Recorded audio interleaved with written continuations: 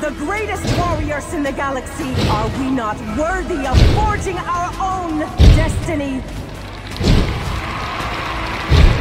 Then we must fight. First, by destroying our enemy's greatest weapon, our obedience. SHAE VIZLA, come and face me. Gladly, Tender.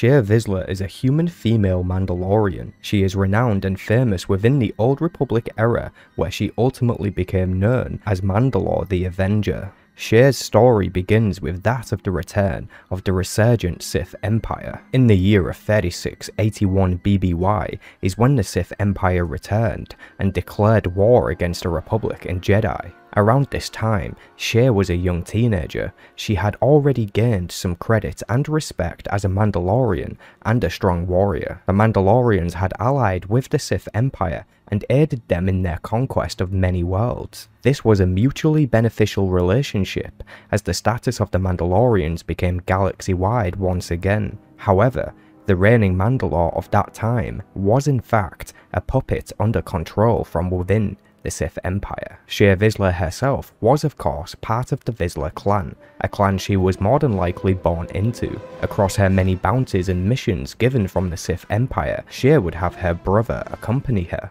The two of them were thick as thieves and as hard as permacrete. Eventually, SHAE had managed to assassinate a Republic senator named Koenig.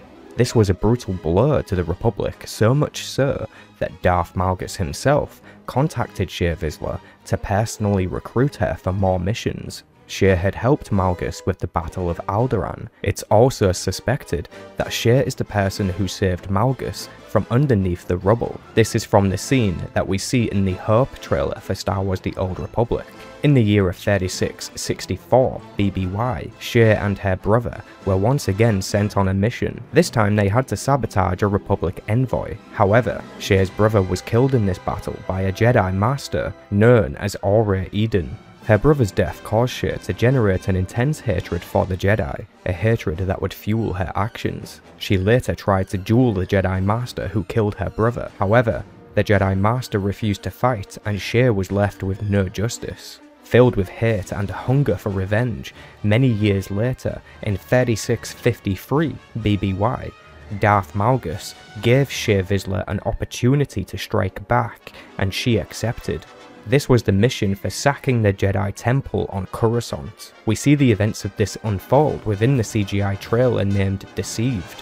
But did you know that it was actually SHAE VIZLA herself who infiltrated the temple and shut down the defense system, not just for the temple, but for the entire planet of Coruscant? This allowed Darth Angral to essentially invade with the full force of the Sith Empire. Without SHAE VIZLA, this operation would not have been so smooth for the Empire. She was an essential part of the plan. Because of this, SHAE became incredibly famous and renowned among Mandalorians and respected by Sith Lords. She would be feared by the Republic and also present on their wanted list. After the sacking of Coruscant and the signing of a peace treaty, SHAE VIZLA retired her clan from the war and withdrew mostly to the world of Rishi, which was actually located in a system that is close to Tatooine on the galaxy map. SHAE VIZLA and her clan for the next decade or so were mercenaries for hire that worked behind the scenes, mostly to further the strength of their own clan. The current reigning Mandalore, who actually killed and replaced the last Sith puppet, was named Artus Locke, aka Mandalore the Vindicator. This new Mandalore sought to regroup the clans and re-establish Mandalorian culture and creed among the galaxy. However, ultimately, they would prove to just be another Sith puppet. Mandalore the Vindicator held events such as great hunts and would reward champion bounty hunters. Meanwhile, SHAE VIZLA was being approached by the main character of the game to join the fight against Revan Reborn. This was in the year of 3637 BBY, which is 16 years after the end of the Great Galactic War. SHAE VIZLA at this point in time was known by the alias Torch, a nickname that poked fun at the fact that she used a flamethrower. When SHAE VIZLA discovered that her clan had been unknowingly helping Revan, she cut ties with her associates and found new allies. Despite not wanting to get the clan involved, SHAE herself showed up personally in the fight against Revan, proclaiming what kind of Mandalorian would she be if she missed a fight like this. This is probably the first time we see SHAE VIZLA working alongside the Republic and or any type of Jedi. It's possible that in her older age, she let go some of her past burdens and grudges. Maybe. After winning the battle against Revan and witnessing the return of the Sith Emperor, SHAE VIZLA withdrew to her clan once again to prepare for the future. 1 year later, the Eternal Raids began. A new faction named Zakuul had appeared from nowhere and began raiding the entire Republic and Sith Empire. The Eternal Empire held an astounding victory with every battle. Mandalore the Vindicated had rallied the clans to his side and joined the battle to defend the galaxy from the Eternal Empire. However, Artus Kol was defeated by a swarm of sky troopers, which left the Mandalorian people with no leader and a new grudge against droids. Many Mandalorian clans would not recruit or employ droids after this event. With no leader, the clans were once again divided with no true purpose. However, the Mandalorian people stayed united for the most part and rallied behind Clan Vizsla. SHAE VIZLA was now the most famous Mando in the galaxy, and her people chose her as their new leader. Being given anything in Mandalorian culture can be seen as a taboo, so SHAE VIZLA was reluctant to accept the position rather than earn it through combat. However, her people and confidants convinced SHAE VIZLA that she was the only person who could be Mandalore, and then she accepted. SHAE VIZLA became known as Mandalore the Avenger, the one who would bring vengeance against the Eternal Empire and avenge all those who fell. The morale of those who followed her was boosted 100 times when SHAE VIZLA's first battle as Mandalore against the Eternal Empire was a victory. It was the first victory they had seen in months. The Mandalorians were ready to fully commit to their new leader. In the year of 3630 BBY, SHAE VIZLA was contacted by a Republic SIS agent named Theron Shan, who told her that there was an opportunity to assault a Zakuulan weapons factory on Darvanis. This raid and mission was the start of a relationship between the Mandalorians and the faction known as the Alliance. The Mandos had allied themselves with the Alliance and strengthened their foothold against the Eternal Empire. Eventually, when the Outlander and the Alliance overthrew the Eternal Empire and won the war, the Mandalorians once again regrouped and strengthened their power base with strong allies. SHAE VIZLA had decided to help protect the supply routes in space for a fee from larger factions, which was a much healthier mutually beneficial relationship than past deals. SHAE VIZLA named her confidant and friend, Jakaya from Clan Order, as her arbiter, a role that allowed Jakaya Order to speak with her voice and authority in all matters of concern to Mandalorians. As the Mandos continued to work protecting trade lanes with the smuggler Hylo Viz, Mandalore found herself under attack on her own flagship, the Spirit of Vengeance 2.